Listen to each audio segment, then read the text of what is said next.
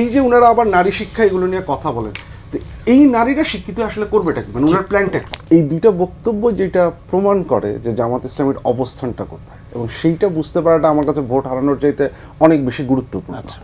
কেন আমি বলি কথাটা, যে জামাত ইসলামের এই দুইটা হচ্ছে সবচেয়ে উইক পয়েন্ট। মানে আপনি যদি as a party, this are the two weakest points. মুক্তিযুদ্ধ নিয়ে জামাতের জন্য কথা বলতে যাওয়াটা, মানে এটা নিয়ে উনি অনেকবারই বিভিন্নভাবে চেষ্টা করেছেন। একবার মানে ক্ষমা চাওয়া, ক্ষমা না চাওয়া, বা কতবার ক্ষমা চাইবো এরকম বিভিন্ন ধরনের কথাবার্তা বলেছেন। বাট এই যে মানে হিস্ট্রিটাকে আবার নতুন করে প্রেজেন্ট করার চেষ্টা, এটা একটা ডেঞ্জারাস ট্রেন্ড। এই যে ট্রেন্ড বা এই জিনিসটা, এটা আমরা আগেও দেখেছি, এটার ফল খুব ভালো কিছু নিয়ে আসেনি। এবং এর মানেটা হচ্ছে যে আপনি আবারও সেই পলিটিক্সে চলে যাবেন। আমরা এটা যে আমাদের আইডেন্টিটির একটা গুরুত্বপূর্ণ পার্ট, এটাকে যে আমাদের বিতর্কের ঊর্ধ্বে রেখে যাদেরই কন্ট্রিবিউশন আছে সেটাকে অ্যাকনলেজ করে মানুষের কন্ট্রিবিউশন নিয়ে কথা বলা, সেই জায়গাটা আমরা পৌঁছাতে পারছি না। এবং সেখান থেকে যে আমরা অন্য জায়গায় যাব সেটাও সম্ভব না। নারীর বিষয়টা আমার কাছে আরও গুরুত্বপূর্ণ। ইট ডাজেন্ট ম্যাটার এটা ভোট ইস্যু। আপনি দেখেন, this is the policy position of the party.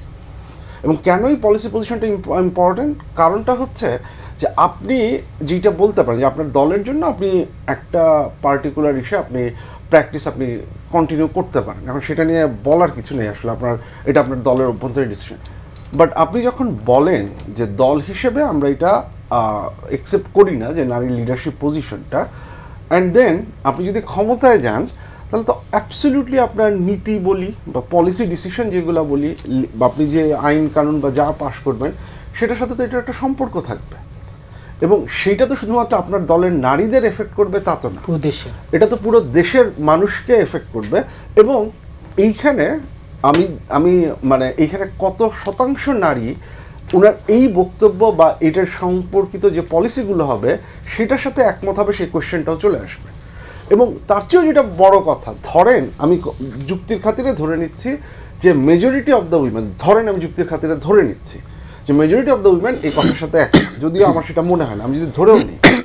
But যে কোনো রাষ্ট্রের দের আর সাম সার্টেন আইডিয়া, কনস্টিটিউশনাল যে কোনো একটা প্রিন্সিপাল থাকে, সেই জিনিসপত্রগুলো আপনি মেজরিটি ওপিনিয়ন দিয়ে চেঞ্জ করতে পারেন না। যখন ইটস অ্যাবাউট ইকুয়ালিটি, আমরা তো মুক্তিযুদ্ধের ঘোষণাপত্রে যে 3টা মূল বক্তব্য ছিল, সেটাকে তো আমরা এবার কনস্টিটিউশনে নিয়ে আসার কথা বলছি।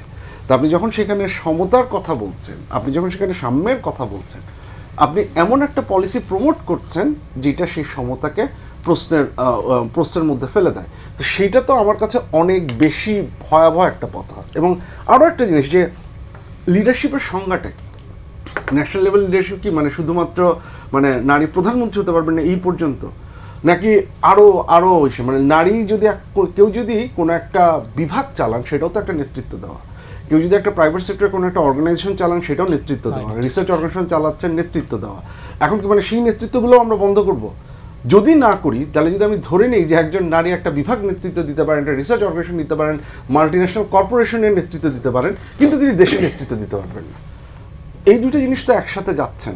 তাহলে আইদার হচ্ছে আপনি পুরো নারী নেতৃত্বকে অস্বীকার করছেন, তাহলে কোশ্চেন হচ্ছে তাহলে এই যে ওনারা আবার নারী শিক্ষা এগুলো নিয়ে কথা বলেন, তো এই নারীরা শিক্ষিত আসলে করবেটা কি, মানে ওনার প্ল্যানটা কি, পলিসিটা কি? এই নারীরা শিক্ষিত হয়ে যদি তাদের পজিশনে যেতে না পারে, তাহলে কি করবেন? মানে তারা কি মানে বাসায় থেকে সন্তান লালন পালনের জন্যই তাহলে এইটা, তাহলে that's a very dangerous point. এগুলো আমরা জানি না, বাট এগুলো তো ক্ল্যারিফাই করতে হবে। এটা ক্ল্যারিফাই না করে আপনি যদি হচ্ছে কি এখন আবার নতুন নতুন আইডিয়া নিয়ে আসেন, তো তাহলে এই যে ডিস্ট্রাকশনটা, এটার একটা উদ্দেশ্য আছে, কিন্তু একটা ডিস্ট্রাকশন ক্রিয়েট করে। আপনি এইটা থেকে ওইটাতে সরে যাচ্ছেন দ্রুত। এই জায়গাতে আবার পরে বিস্তারিত আলোচনা করব।